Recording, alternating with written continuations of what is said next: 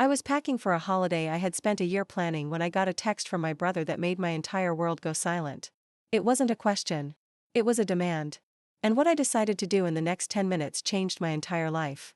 Before I get into it, drop a comment below telling me where you're listening from. My name is Alex, and for most of my adult life, I believed being the reliable one was my superpower. I live in Seattle now, in a modest apartment that looks out over the water.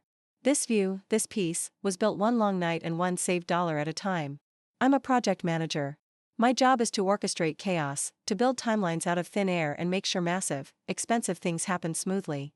I think my family mistook that professional skill for a personal obligation, a permanent willingness to manage the disasters they created. Growing up, my brother Leo was the sun our family orbited.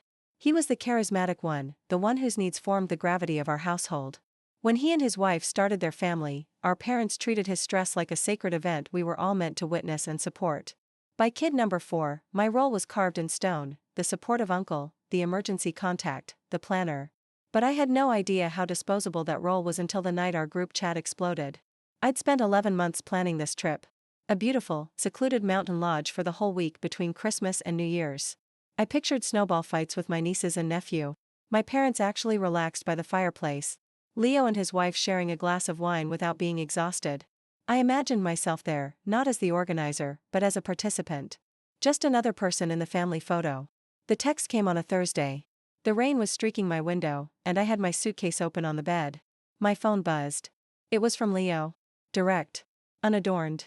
Listen, if you're not planning to help manage the kids up there, then honestly, don't bother coming. I just stared. Before my brain could even form a reply, my mom chimed in. He's right, Alex. You're the only one without little ones. You can step up. Then my dad. Family helps family. Don't make this a thing.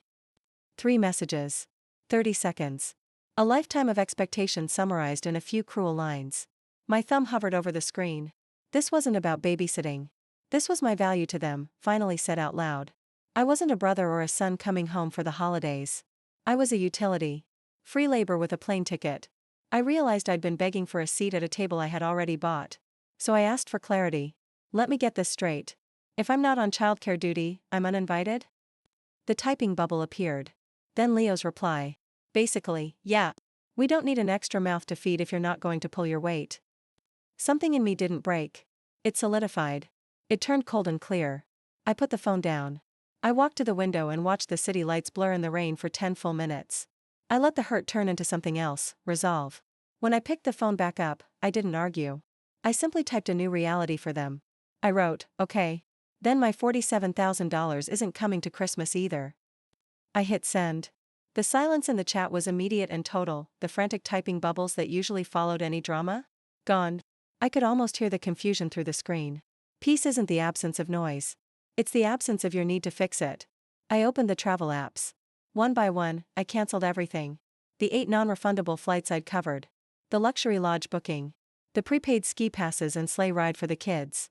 Confirmation emails pinged into my inbox like gentle gavel strikes. Refunds processed. The silence broke. Leo, what do you mean you're 47K? Mom, you did not pay for all that. Stop lying to get attention. I uploaded the screenshots. Flight cancellations. Lodge cancellation. Activity refunds. The numbers in bold. The panic set in.